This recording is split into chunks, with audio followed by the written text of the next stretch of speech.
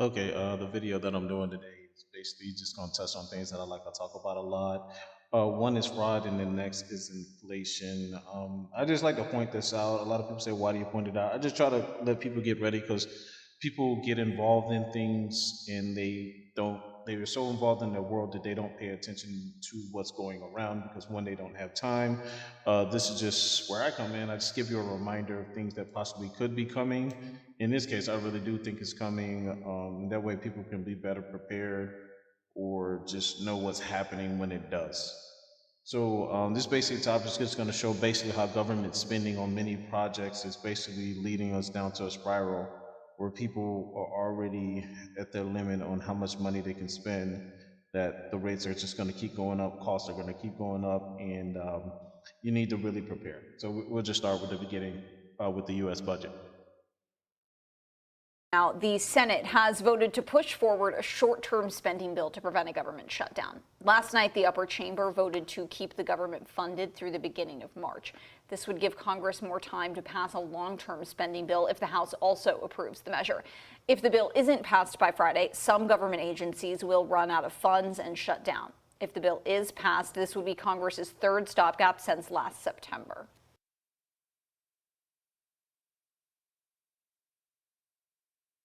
Continues with the recently announced plans to borrow $776 billion in the final 3 months of 2023. So there's a couple things that we've got to look at here. Number one, where is this money coming from? Obviously, they're borrowing it, but where is it coming from in terms of, are they borrowing it short term? Are they borrowing it long term? Number two, how is this going to affect borrowing rates into 2024? Are we going to see the deficit expand even more, or is it going to shrink? And number three, what is this going to do to interest rates? Obviously, all else being equal, we would see extra borrowing would mean higher rates, but they don't have to borrow all at one end of the curve. So how will this affect the yield curve? All right, so first, Okay, the reason why that's important, the stuff that he was saying and stuff he was asking, that you need to think about, because you gotta see when the government is borrowing money, it basically lowers the value of the dollar, makes the price of goods already going to be higher, but your paycheck, for most people that have to go to work earn a paycheck, is not going to get that same increase for that. Even if your boss gives you a raise, it will not be the same. And also, your interest rates are going to go up. So if you're trying to buy a new car, such if your car is older, you need to buy a new car, the interest rate is going to be higher. Not only is the interest rate is going to be higher, the cost of that vehicle is going to be higher just through inflation, and also the cost of the dealership selling it is going to be higher. So most likely, the value that you are paying for what you're paying for the car is not the value of what it actually is. So that's why you must also make sure that you protect yourself with insurance and stuff like that. And also, it just makes all other costs go up. People can't pay it. People are already struggling, and it just makes life harder. So that's just something to point out. Next thing, 1 second.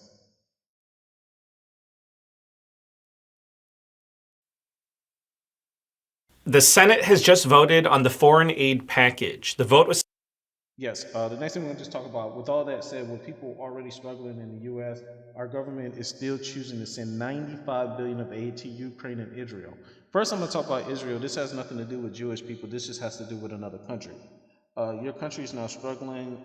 People need help. You say we don't have the money to it, but we're sending money to Israel. Israel is a first world country. It doesn't need money. And that goes back into my thing of fraud. And then the second thing, money for Ukraine. That war can end tomorrow. Once the money runs out, the war is ending, and it's not like the Ukrainians are going to defeat the Russians. It's too many of them. So how are they going to get to Siberia? Who's taking Siberia? That's the only question you got to ask. Who is invading Siberia and going to control Siberia? Nobody. So the Russians aren't going to lose. So why are you fighting this? It's a waste of time. And I feel bad for the people dying for nothing. There are a lot of people dying for nothing in the Ukraine-Russian war. It will result in nothing but just spending of money on bullets. And the defense contractors, that's who's winning. Defense contractors and Joe Biden's getting his money, and the people that are just getting their money from it. That's it. People dying for nothing. I hate it. Even our own soldiers are dying. Believe it or not, we do have U.S. soldiers on the ground there. I know we do. I won't go deep into that though. Let's get back to this. 67 to 32, so the bill advances. It's valued at $95 billion. $95 billion of US taxpayer money will be given to Ukraine, Israel, and Taiwan. So here's what's in the bill. Ukraine gets $61 billion. So this is in addition to the $110 billion that's already been approved for Ukraine since 2022. So you have to remember in our previous video, we already broke down how this money will be spent by Ukraine. So it's not just for defense and military. Billions and millions of dollars will be used to rebuild Ukraine. So this includes infrastructure projects. This includes funding the salaries of the Ukrainian government employees. Money will be given to the Ukrainian administration, discretionary spend. So we've already covered this. So this will bring Ukraine's total received to close to $171 billion. I know that sounds like a lot of money, but a lot of people, they can't really comprehend what that means. So I want to put this into perspective for you. So $171 billion. The Department of Housing and Urban Development says that it would cost $20 billion a year to end homelessness in America. So with that same amount of money that's given to Ukraine, we could have ended homelessness in America for the next 8 Yeah, I just wanted to point out what he said. Yeah, that's something because we've been having people struggling. Everybody that's homeless is not there because they have a drug problem or they have mental illness. It's just because they just ran out of money, and because they became homeless, now they don't have an address, so it's hard for them to get back on their feet. Especially like if you live in a place like Oakland, San Francisco, that has a very very high cost of living. Some of those people are trapped there. They're trapped in a city because they can't afford to move out and they can't afford to live in it. Um, it's here too. It's all over California. It's getting everywhere and it's spreading out. But that's just the point. And the government, if there's going to be inflation, if you're going to spend money, spend it to help the people that is actually going to affect it. But that's not what we do. So it goes into where I say all of this is programmed and this is designed. A lot of people think the government is stupid, but all of this is by design. The money that they said they actually sent to Ukraine to begin, go, oh yeah, we actually sent them another 60 billion. Oops, yeah, we made a mistake. No, that was not a mistake. Everything is controlled. They know where it's going. Or if you did make a mistake, you just take it back. It's because they want this to happen. And that's why I say, like, our president comes out and said the biggest enemy is white supremacy. No, it's not. It's about money. It's debt, homelessness, and being unskilled, and not being able to take care of yourself, dependent on the government. You never want to be dependent on the government. You never want to be dependent on somebody else. In this world today, if you wake up every day and you're dependent on another person, you are in trouble. You're just waiting for the punch to happen. Let's finish up. 8.5 years. Another example, here's another comparison. Look at the Hoover Dam.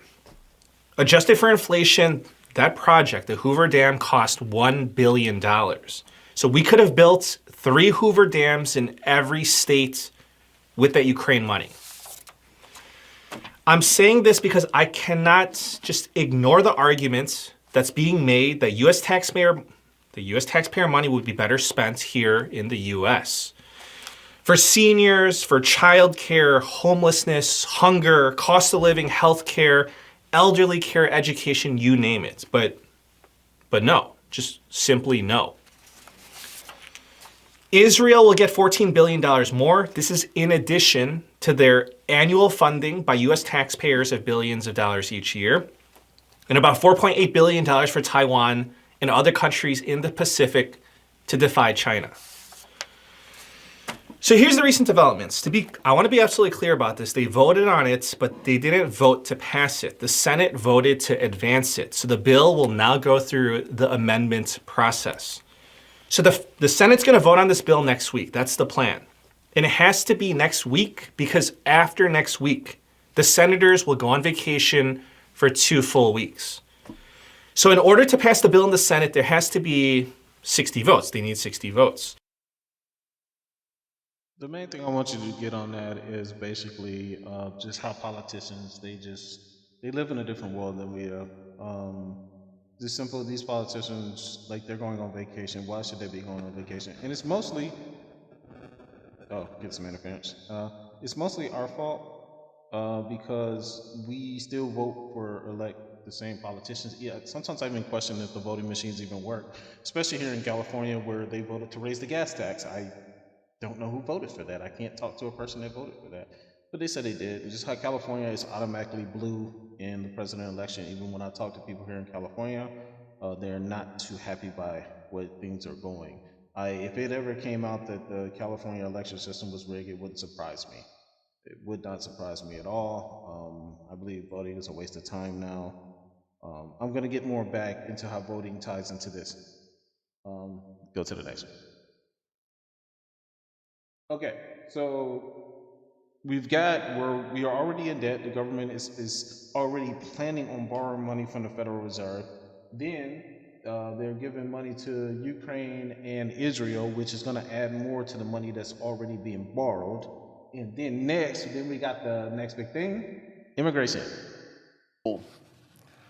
Last week, I had the honor of leading a trip with several of my fellow senators to Brownsville, Texas, to see the border crisis up front and firsthand for myself, the border crisis created by Joe Biden as Title 42 was coming to an end.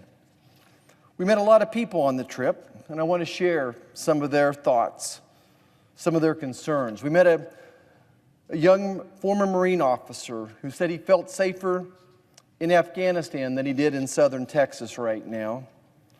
Local residents were bracing for the impact with the 170,000 people just across the border waiting to come across with the end of Title 42.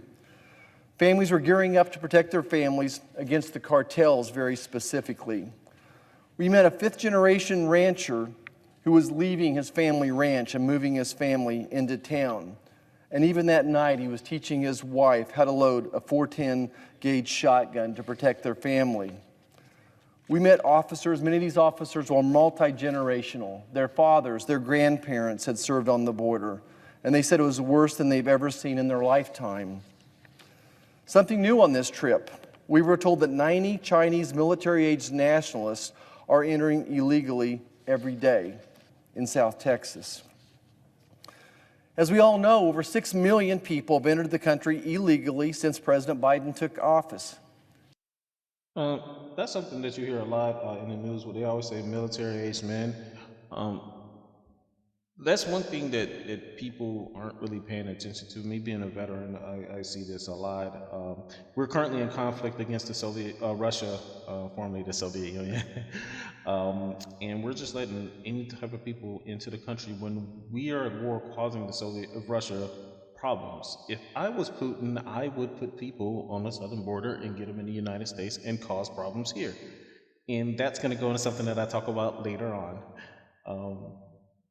You can't have military conflicts unless we have military conflicts in Russia due to the Ukraine. We have the Israel-Hamas issue where we're back in Israel and Hamas supporters aren't too happy about that. We got the Houthis, we're bombing there. Not to mention we're still in Syria, which the Alawites aren't too happy that we're doing that. And we also have some conflicts in other parts of the world. Oh, Niger, we had an issue in Niger. We still got Boko Haram out there that doesn't like Americans. We got Al-Shabaab that doesn't like Americans. Our situation with China is not the best. I don't think that they would cause problems. They're mostly here for money. Let's see. ISIS is still out there, and the Taliban, who don't really like us that much, even though we have left Afghanistan alone. So they still have an idea that they come. So with all these people not liking you, the worst thing in the world, you should just let anybody just come in the country without controlling it. But that leads to something that I'm going to talk about toward the end. That's finished. 6 million people. That's twice the size of my home state of Kansas. Another 1.5 million people have evaded apprehension and entered the country. Gotaways, as they call them on the border. Thousands upon thousands more continue to overwhelm our borders. I think we all realize our immigration system is broken, but rather than fix the problem, this administration continues to point fingers and find ways to ignore or abuse our laws to provide pathways for illegal immigrants to come here. Many of the people crossing our border will get to roam freely throughout our country. They leave our intake facilities with a cell phone and a court date that's 4 to 5 years from the date they entered. I think we're all kidding ourselves if we think these folks will ever show up for those dates in 5 years. Now, despite breaking our laws, they will be long gone, settled into communities across the country. In fact, on our trip, law enforcement officers told me 90% of the migrants are not showing up for these court dates so far. Sure, they're going to seek citizenship down the road. There's no doubt about that. And open border colleagues across the aisle will no doubt call for amnesty for all of them.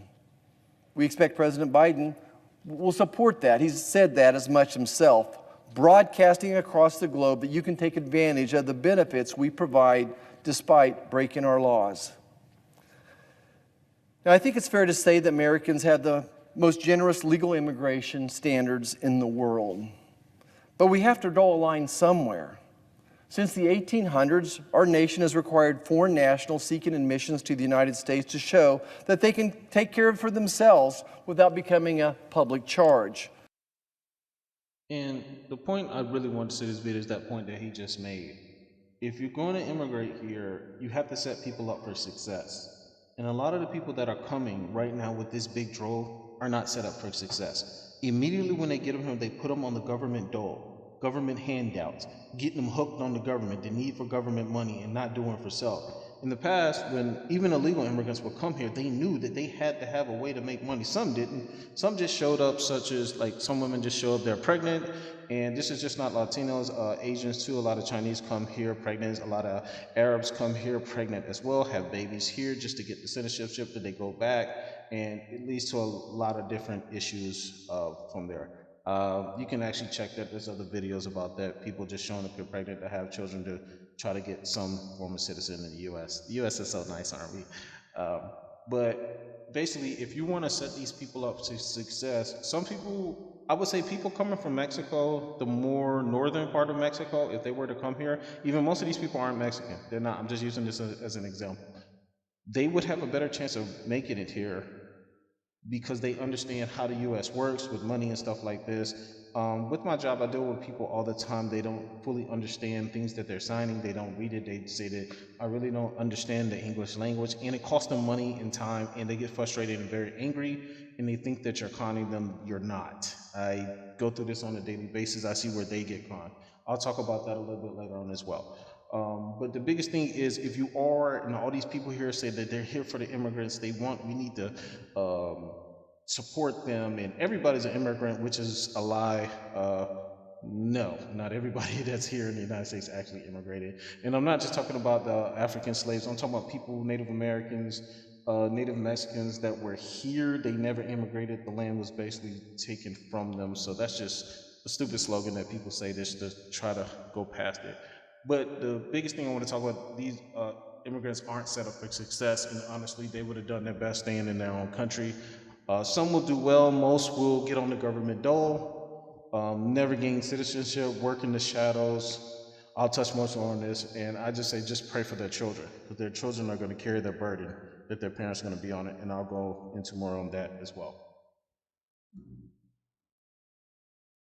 Okay. And here's something else I want to talk about. The idea of what's going on in immigration, and earlier you heard me talk about fraud. That is basically what's going on with the money that's being spent. As you hear, I didn't have this up, but let me bring this up. This short on what Mayor Adams is going to do. And I'm going to tie this into how the homeless crisis goes into this. Give me one. Oh, man. Okay, I'm getting too big here. All right, I'm going to get rid of you. I'm going to get rid of you. And this is live, by the way. All right, hold on. No, get rid of this. All right. Mayor Adams. Great. Hold on. Budget cuts. This is how I say it's eating into money.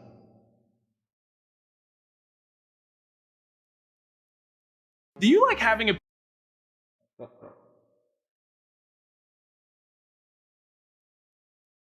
Nah, he did a thing like on budget cut. Some cities are already doing a budget cuts and stuff like this, just because of money that's already paid. Here we go. Hey, I'm Cairo Gashuro, and welcome to Let It Rip. Ah, that's too long. Hold on, let me do a short on this. These are why shorts are important.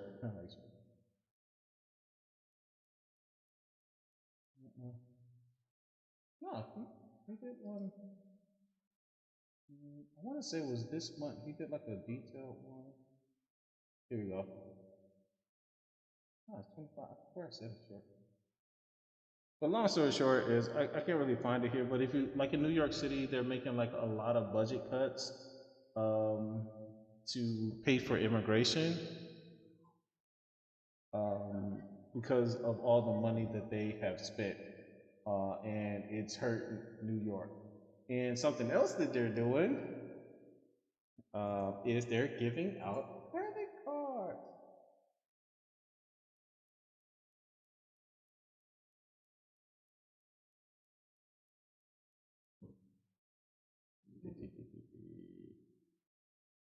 Here we go.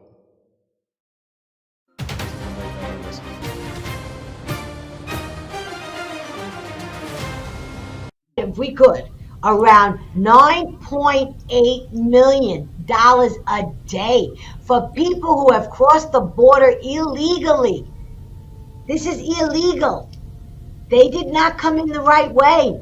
These are illegal immigrants coming in that we, the hardworking people of this state, no matter where you come from, you're here legally. You're footing the bill. This is wrong. Absolutely wrong. And like I said to you earlier, this has become a bottomless pit and there's no end in sight. It's time to cut it off. Well, New York's migrant crisis is now hurting the bank accounts of city workers that people rely on most. You're talking about police, fire, sanitation, and corrections departments. They've all been directed to cut overtime to help trim their budgets by 5%. Mayor Eric Adams wanting to end overtime for officers and firefighters to pay for the 100,000 migrants who have arrived in the Big Apple over the last year. With no end in sight. Okay, I'm just going to pause it right there here. They're cutting police overtime at the time when crime is actually going up in New York City. Adams estimating that care for all of these people will cost billions. Some migrant families will soon be given prepaid credit cards to buy food and baby supplies. The mayor's office says the city is partnering with Mobility Capital Finance to launch a more cost-effective program. Right now, the city. Something else that I just want to point out there. You see how they said they are partnering with another company to get this done? I bet that company's getting paid more than they would for doing regular work for American citizens for that. He has contracts with food services who provide non-perishable food boxes to shelters. They will start with 500 migrant families with children in short-term hotel stays. The cards can only be used at bodegas, grocery stores, supermarkets, and convenience stores. We're just giving this migrant population more free stuff at the expense of New York City taxpayers. In a statement, the mayor's office says, in part, quote, not only will this provide families with the ability to purchase fresh food of their culturally relevant diets and the baby supplies of their choosing, but the pilot program is expected to save New York City more than $600,000 per month or more than $7.2 million annually. I know. Okay, you can go online and watch the whole thing on this, but that's the main thing here. Now he's coming back talking like how he's saving money, but you're not supposed to be spending it at all. New York has had a homeless population for long, people struggling, and they always said that they didn't have the money, and then all of a sudden they have this money, and now he's acting like he's being a friend, he's helping. I'm saving you money by doing this, but you're not supposed to be doing this. And this goes into another thing too. It is very related to issues that we have here in California. In what they call the homeless industrial complex. Here in California, California spends a lot of money on homeless, and it does not seem to get well. This video kind of throws in a little bit on that. Cities are spending billions of dollars on failing projects to try and solve this problem, which has attracted a growing list of companies happy to provide their services for a price. Helping the homeless has become a lucrative business, with multi-million-dollar government contracts awarded every day. But if there's so much money to be made, do these companies really want a long-term fix? Over how much Austin's new homeless shelter is now going to cost hundreds of homeless taxpayers. families being housed in hotels across the state because there's no more room left in emergency shelters. 49 apartments for the homeless, built at a whopping $739,000 a unit. According to a report by the consulting firm McKinsey & Co., the annual budget for the Los Angeles Homeless Services Authority rose from $63 million in 2015 to $808 million in 2022, a 1,300% increase in just 7 years. And what did the hardworking taxpayers of Los Angeles get for their money? The number of homeless people went up by 56%. Ignoring for the moment that everybody deserves the right to affordable, comfortable shelter, there is something not quite adding up here. A closer look at individual programs like the Inside Safe Homelessness Reduction Policy doesn't make it much better.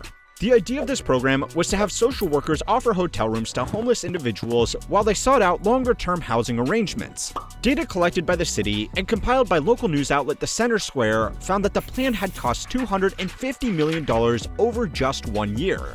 The program only served 1,463 individuals, which works out to be $17,000 per individual per month. That is over $200,000 every year being spent on one individual in one program in just one city in America. So where the f is all this money going? And at what point would it be easier to give homeless people checks for 3 times the national salary? Well, there are 3 reasons why cities across America and the rest of the world are spending more money than ever on this problem while not making it any better. The first reason is the broken structure trying to fix a difficult problem. Hanlon's razor is an adage that says you should never attribute malice to what is adequately explained by stupidity. With so much taxpayer money funding failed programs, you might think of evil corporations profiting off the misery of society's most vulnerable. But that isn't the biggest problem.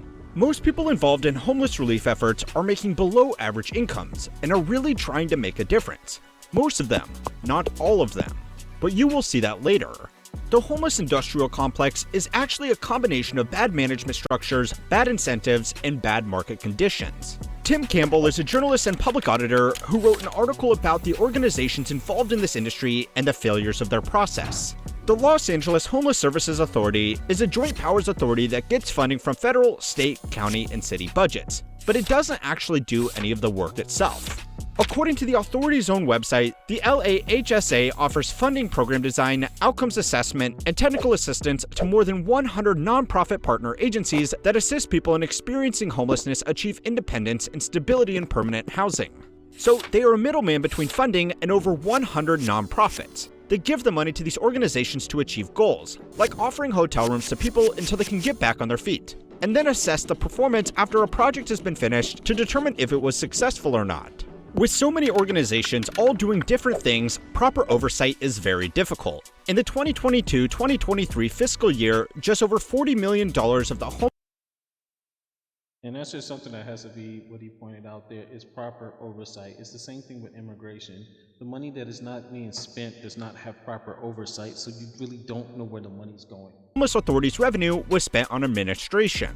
The organization that only runs a few programs of their own has over 750 employees, primarily dedicated to liaising with their nonprofit partners, overseen by highly paid executives including the CEO of public organization Valencia Adams Kellum, who is paid a base salary of $430,000 per year according to public records. Attractive compensation is important in any company. If you offer low compensation, you should expect bad results, which is not what such a troubled organization needs. But according to SalaryCube and the Bureau of Labor Statistics, this is roughly double the pay of the average CEO for organizations of this size in the private sector. But that's not actually the biggest problem. Marcus is a connoisseur of anything that's free, so he was happy to read the disclaimer on Turbo. And that's something else to point out too. As you can see, they said she's getting paid double. Most of the money entering this program goes to nonprofit partners, but since each of them are contracted for niche roles across dozens of different programs, the real work is bogged down in endless siloing of responsibilities and overhead. In his article, Tim Campbell talks about an experience where one agency provides outreach, another operates a shelter, a third provides support services, a fourth builds supportive housing, and a fifth manages housing's operations. Even though these are nonprofit organizations, they all want to protect their role so their people can keep their jobs, and they frequently frequently get into turf wars over whose responsibility is what. They also don't have a direct line of communication to one another, since all reporting goes back through the LAHSA.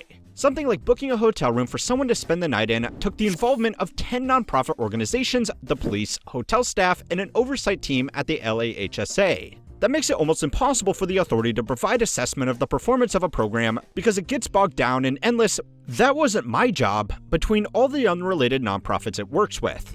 That would be bad enough if it wasn't for the fact that the Housing Authority isn't even the central authority within Los Angeles. Within just this one city, different homeless issues are handled by the LAHSA, the Chief of Housing and Homeless Solutions, County Homeless Services, the California Department of Housing and Community Development, the Federal Interagency Council of Homelessness, in addition to federal, state, city, and local police departments. Every agency has overhead, like offices and administration staff, that take money away from fixing the problems at hand. And that's before you learn about the people that are deliberately taking advantage of all of this for profit. So it's time to learn how money works to find out why throwing money at complicated problems is not fixing it. This week's lesson is sponsored by Manscaped, the global men's lifestyle brand disrupting the beard market. Manscaped's latest beard trimmer is an absolute game changer. Meet the Beard Hedger. With its roaring 7,200 RPM motor and a titanium-coated T-blade, it breezes through even the burliest of beards in one go. Beard Hedger is perfect for your grooming routine. This trimmer is waterproof, wireless, and rechargeable, perfect for a quick trim in the shower and a fuss-free cleanup. I've been using it for a month now, and I love it. Additionally, Manscaped has rolled out Dermatology of Eucalyptus shadowy cabal to profit off the homeless epidemic. But there are other players in outreach staff working in dangerous areas on a volunteer basis or for very little pay are not part of a shadowy cabal to profit off the homeless epidemic. But there are other players in this game. A major problem caused by the disjoint departmentalization of services is that recipients can pick and choose what programs they access and what programs they reject. The individual organizations within this sprawling private-public structure have no way to stop recipients being very selective with their services, and according to multiple insiders, they actually encourage it. Kevin Dahlgren is a former social services worker who has written about his experiences working in a Housing First center in Portland, Oregon. Housing First was a federal initiative to fix homelessness by giving people homes, but other services like addiction treatment, mental health support, and workplace training were handled separately. People can't have government treatment programs forced upon them unless they are institutionalized, which would only make the situation worse. The result of the program, according to Dahlgren and other service workers, is that homeless housing buildings would not provide a place for people to stay off the streets, but would just concentrate all the problems that put people there in the first place. If you ever wanted to see clear proof that this is a complicated issue, then you should know that Dahlgren, who has been a tireless advocate for support services reform, was recently arrested on charges of alleged identity theft involving the disadvantaged people he previously worked with. He has pled not guilty, but the case is still ongoing. The data itself backs up his point, though. The uptake of housing programs has been higher than the uptake of support programs across the country. A study by the University of Chicago. Yeah, you can go check it and check this video out on YouTube. It's called The Homeless Industrial Complex. There's simple videos around it, especially about California.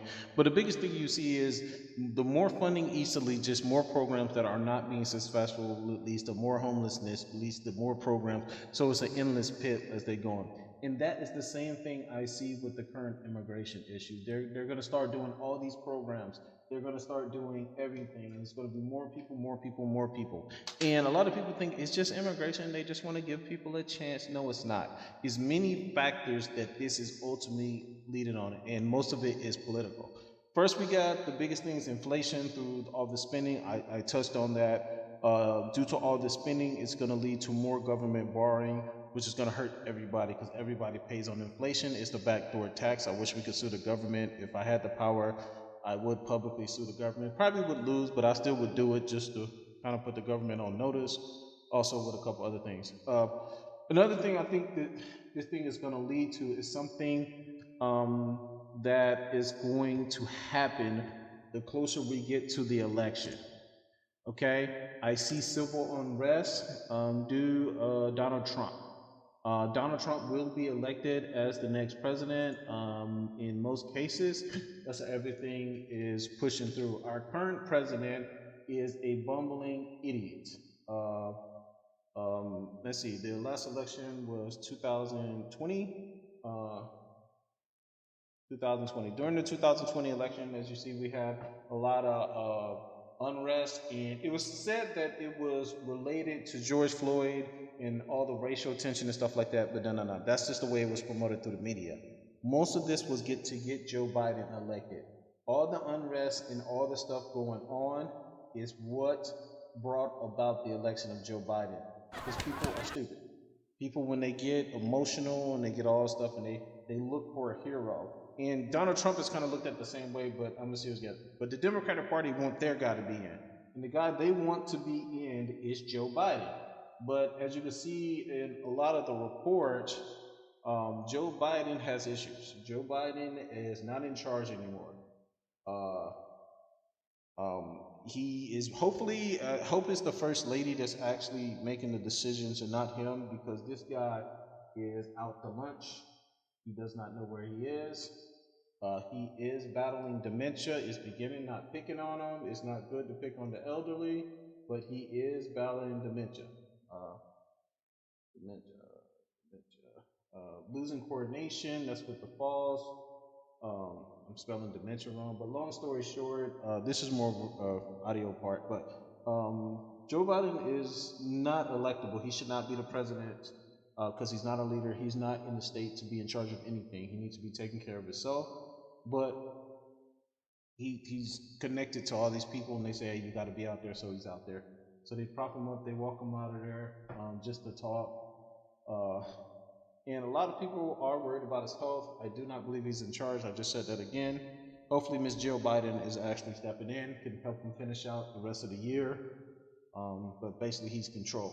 But basically, with all this immigration going on, it is actually human that it's going to lead to civil unrest. People, when you have a large groups of people that do not have a way of feeding themselves, they see no real future.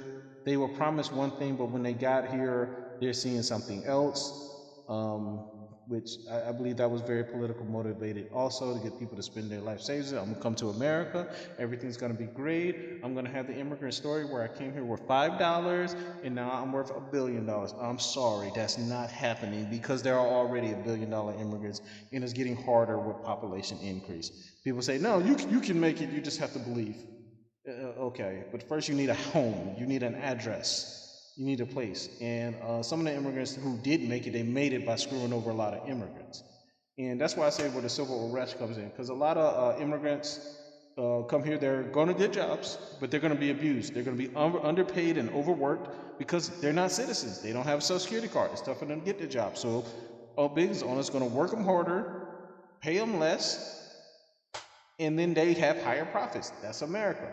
Also, there's already videos about sex trafficking. Yes, illegal immigrant sex trafficking, prostitution. Okay, there's some videos you can watch it to where it was already an issue, but it is growing.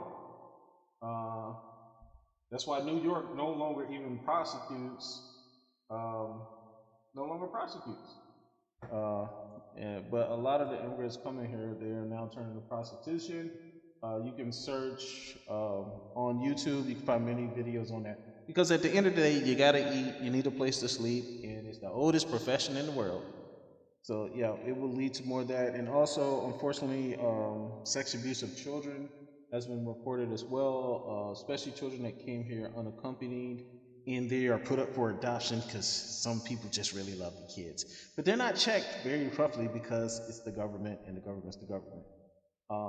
And that's the biggest thing. I see when it comes to election, it's going to be a big push to push Donald Trump. So they're going to bring, like, it's this big thing. Donald Trump's a racist, he hates immigrants, and all that. Just a great savior who's going to be this guy, Joe Biden.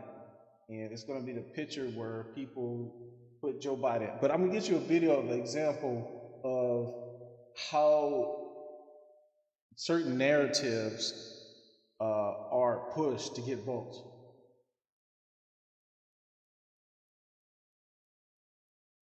Joe Biden just loves going to the black churches and speaking. Watch this video here. This video. President. Just go watch this video here where he said, speaks at he goes to the church where white supremacy killed 9 people, okay? And just to talk about white supremacy. And like white supremacy is the biggest threat to America, especially the African American community, which it is not. The biggest threat to the African American community is undisciplined, lack of knowledge, and hatred of self. We don't need reparations, we just need to believe more in ourselves. But that's the same thing that goes along with other Americans. That's why our families are falling apart, is that self-hatred will destroy everything in a society because it's spreading through. And that self-hatred is not just in African communities, it's actually in all communities. It's just hidden in other ways. They use statistics to try to make other communities look better, but if you ever take a statistics class and you see how statistics are broken down, you can see the bull job in all of it. I said bull job. But in this speech here, he goes to the black church. Let's get him up on the stage. Let's watch Joe here. Let's watch him. Let's watch Joe. That confuses me about our Republican friends sometimes, the MAGA Republicans. No, I mean. And then they play word games. You see how he threw in that MAGA Republicans in there. You got the image, you got the black man behind him looking up. He's looking up at Joe Biden like he's the savior. He is the one that's going to help us. And Joe Biden is it. These people were paid. They were paid money for this. I say it because everything is economical. If you're thinking racial things, yes, there's racism, discrimination, who cares? The biggest thing right now is economic. People want the money and they're doing everything. If you don't believe something, come move to Los Angeles and areas around that. You will see the crazy stuff that they charge and the scams that they pull. And also, just go watch this video. And this is basically just like what I call a pimp technique, what pimps do to women that are on the track, just to get them to believe in them, to continue to support them. And also, speaking on the money that I was talking about earlier that's going to Ukraine and Israel, he's getting a kickback of that. Through his sons and other family members are getting money out of that money being funneled. Some of that money is ending up back into his pocket. If you understand financial fraud, you will go in there. Simple accounting techniques to do that. In government spending, there's so much accounting techniques to be done. They said money gets lost. Put it like this. There's no such thing as a $100 toilet seat. That's all you got to understand. There you go. That's reference to government spending. Okay, but basically, in the end of this, the biggest thing I wanted y'all to take away from this is just, we really just need to be prepared for prices to get higher. And the reason is because politicians and corporations need money. And they don't care if inflation goes on because they own assets. They don't take their money and put it in a bank. They own actual assets. And actual asset is a very tough thing to talk about. But basically, an asset can be a business, but not just any business, such as if you own a company that hauls off trash. You can just increase your prices because people need that. They're going to pay it. If you own an apartment building, okay, we'll just up the rent. The city, they're just going to up property damage. Certain stocks, I would say stocks and bonds, certain ones will just appreciate. People say gold, but you gotta, if you know how to move gold and sell it real easily, I can say that is an asset. But the biggest thing is like a skill or something that people need from you like on a daily basis. I would say put your money in insurance companies, energy. What did I say? I said insurance, energy, and insurance, energy, and insurance and energy. Maybe medical, because medical, those are companies that automatically, they just raise their prices. Insurance companies, boom, we're going to raise our price. Energy, boom, we're just going to raise our prices. That's how they fight it. And I would say, the only other thing I would say, if you live on a farm and just know how to grow your own food, that's another way to prepare for it. It's just more economic change coming. And the biggest thing is, I would say, don't have, even though you don't like it, hatred towards actually illegal immigrants that are here. This is more of a political and bad leadership. Because people are going to come, some people are really coming here for a better life. Some of these people are coming just to scam, and some people are just infiltrating the country, I'm sorry. I do believe that it is. And when it comes to the Chinese people, that's like another big lie too. A lot of people believe a lot of people in China are getting rich. No, they're just getting a lot of work. Working in these factories, they're not getting rich. That's why you see a lot of Chinese immigrants coming here. They do have some skills, but in China, they cannot really go far. Plus, China is having its own financial issues. You can look that up on YouTube, but just be prepared. And just know the grift. It's always a grift. You think people just doing it out of the biggest, their heart, or they really care? No. Especially politicians. Politicians are all about money. That's our society. Get the bag, get the money. They'll scam, they'll do anything. I see it. I even see it like even in my own apartment, how they hide fees in our water and utility bills. I'll be looking at some of the fees like, what is this? They got this thing where they come around and they pick up the trash for everybody. And I'm like, I don't want that. I can go dump my trash myself. Oh, no, we do it for you. Like, no, I'll do it myself. No, but it's a $25 fee that I don't even need. I can dump my own trash, thank you. But no, it's just something, it's part of the apartment complex, you have to do it. So, I put my trash out, they get it, but I'm not lazy, I can take it there. But it's just a way for them to extra money, and I bet you they're making profit from it. And there's other little fees, like if you look at your bills, like, what is this fee for? Processing fee. They just throw fees. Be on the lookout for that. That's just more ways that company make money. And it's also a trick to make sure, well, your land is lower, but then they're upping little fees here, so you end up having to pay more. And I just try to have people prepare for it. It just, at the end of the day, it leads to less stress. Just be ready for it. Always be ready. For example, just looking at more things I can learn just to make more money. And this may seem like a long rant, but it's just something to pay attention to when you're being scammed. So, because a lot of people actually believe in these people. They really will go and, like, hold on, let me find this.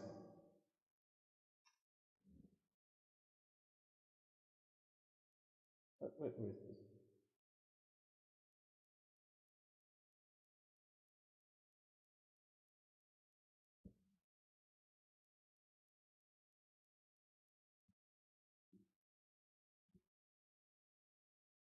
Like in this one, where I notice a difference when I take Alpha Brain. I am on another plane. I'm working at higher. You got a lot of people that came here to protest, right? And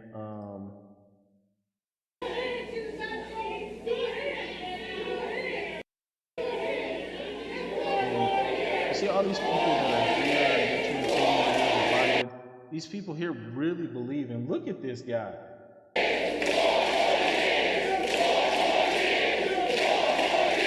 This is why I put these videos out, because these people are really backing this. I think they're paid. I'm hoping they're actually paid. I'm hoping that they're paid. And it's similar to, it just spells stupidity. Not that I'm backing Donald Trump, because I don't even think Donald's going to save us, because he's also being pushed as the great savior. Like Donald Trump's going to come in and he's going to save everybody, but he's not. It's all one big psychological just warfare being done on people by the rich. And people just don't see it, and they push negative views on other people, and I just feel bad for them, because they actually think, I'm on the winning team.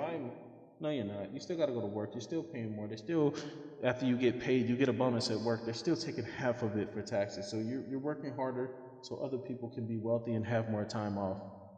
That's the biggest thing, just having more time off, time to think, time to relax. And that's why Americans are so messed up. Well, actually, worldwide. It's not even America anymore. That's why worldwide people are so messed up. But that will lead down a different thing. That goes into religion and the purpose of life and stuff like that. There's nothing wrong with working. I believe working is actually healthy. But just stop, take a look, and pay attention to what's going wrong, and just notice the grift. There's so many people that use mind games to grift people and get you to hate other people, when the problem is our politicians and our leaders are just trash. But then they just need money. They need money. I do have a solution for it, but I can't put it out on YouTube. They'll come pick me up. Anyway, thank you for listening.